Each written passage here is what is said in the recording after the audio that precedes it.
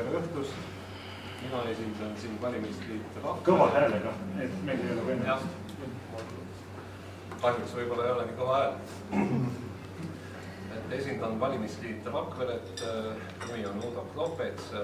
Erinevalt eeskõnelejatest ei ole ma mitte esinumber, vaid olen just nimelt eeskõneleja, kuivõrd meie valimisliidus on kõik esinumbrid ehk järjekord on saadud loositeele.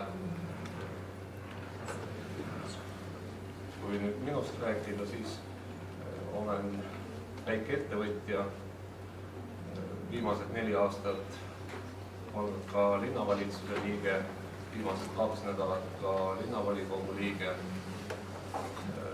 Kohalikust omavalitsusest on kogemus, enne seda ka 6 aastat Rakvere linnavalitsuses osakonna juhatajana. Suur tänu, aga läheks liikvele esimese avaliku küsimusega selles valimisdebatis. Ja see avalik küsimus võib olla küll natukene imelik, aga mitte seonduv kirgedega, mis ehituvad üles seoses valimisdebattidega. Sestap küsiksin ma auväärsetelt linnapeakandidaatidelt ja nimekirjade eeskõnelejatelt järgmist. Mis on Rakvere linnas piisavalt hästi selleks, et selle peale annaks ehitada sõltumata poliitilistest debattidest? Me võime vastata spontaanselt ja võime vastata ka vastavalt meie liikumisele mööda nimeselt. Tauno Toompo on kristliku taustaga ja Tauno teile, vabandan väga. Ja tulete nimekaimud, et äkki täpsustaks küsimust, et te mõtlete sellist materiaalset alust või sellist hingelist? Kõike. Tervikut, Rakveret kui tervikut. Rannar Vasiljev. Ma arvan seda, et üks asi, õigemini tegelikult 2 asja, mis on sõltumata sellest, mis või kes hakkavad siis meie linna juhtima pärast 18. oktoobrit. Ma arvan, et linn antakse uuele valitsusele üle päris heas seisus, nii majanduslikus seisus kui ka selles mõttes poliitilise kultuuri seisus, et siiani on linnas tegelikult parteipoliitikat üsna vähe. Üldiselt, kui me võtame meie otsused, mis näiteks volikogus otsustatakse, siis ausalt öeldes pärast linnavalitsuse paika panemist ei mäletagi ühtegi istungit, kus oleks näha olnud koalitsiooni ja opositsiooni joon selge.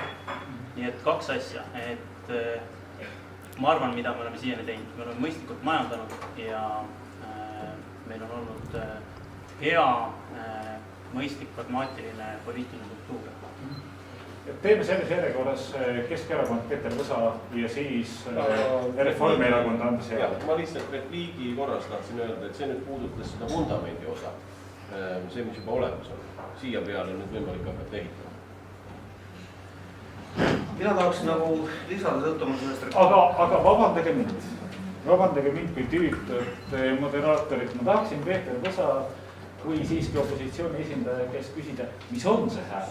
Mis on see hääl, mille peale võib ehitada? Mis on see vundament? Me kuulsimegi, just sai ära räägitud, mis see vundament on, kuhu peale. Teevadki seda vaadata. Aga et mis sinna ehitama või mida sinna ehitama hakata, ükskõik millises mõttes sellest vist juttu ei olnud. Aga repliigi korras. Ma nagu lisaks Rannale juurde, et lisaks sellele, mis nagu Rannar esile tõi, et me oleme poliitilise kultuuriga riik, ma arvan, et see, mis on väärtus, on ka meie linna nagu nimi või vaimsus. Et me oleme täna selgelt üles ehitanud linna, mis Eesti mõistes kannab. Me oleme intelligentne, kultuurne ja väga tõsiselt mainega linn. Et selle nimel on palju tööd tehtud ja see, et täna Rakverest räägitakse, me oleme oma vaimsusest võib-olla suuremad kui isegi elanike arvust. Nii et meil on täna hea tugev imidž, nagu Rannar ütles, korralik majandusbaas, suhteliselt mõistlik linnavalitsemine siiani olnud, nii et me oleme täna väga positiivse ja hea kuvandiga linn, mis on minu meelest üks see väärtus, millele tasub ükskõik, kes järgnevatel perioodil siin edasi jätkab. Rohelised. ja tõepoolest Rakvere eest müts maha, see, mis on nüüd saavutatud linnavalitsuse poolt ja need keskväljakud, spordihooned ja kõik need mõtted ja tutvustatud seda kõike väljapoole piire, kuid nüüd tuleks selle välimise kapsliga sisse vaadata, et peab nagu ikkagi siiski lähtuma nendest inimestest, nendest väikestest olevustest, kes meil siinsamas sees elavad ja võib-olla minema tänavale ja olema nende kõrval ja vaatama, et võib-olla neil jääb midagi vajaka, et nagu eufooria on nagu suur, aga võib-olla ise... kui te lubate, jääme selle juurde, mis on hea. Me tuleme selle juurde, mis on puudu. Kindlasti tuleme. Aga hea on see, et baas on väga hea ja meid tuntakse ja üle Eesti käies ringi kõik inimesed kadestavad Rakveret. Ma võib-olla siia lisaksingi juurde, et noh, need, kuidas see oli, need samad pisikesed olevused, et tegelikult on Virumaa inimesed on ikka üle krahi. See on uhke tunne olla virulane. Nii kõvasid tegijaid teisi polegi. Ükskõik, millist eluvaldkonda sa ka ei vaataks. Virumaa mehed tõid meile vabaduse.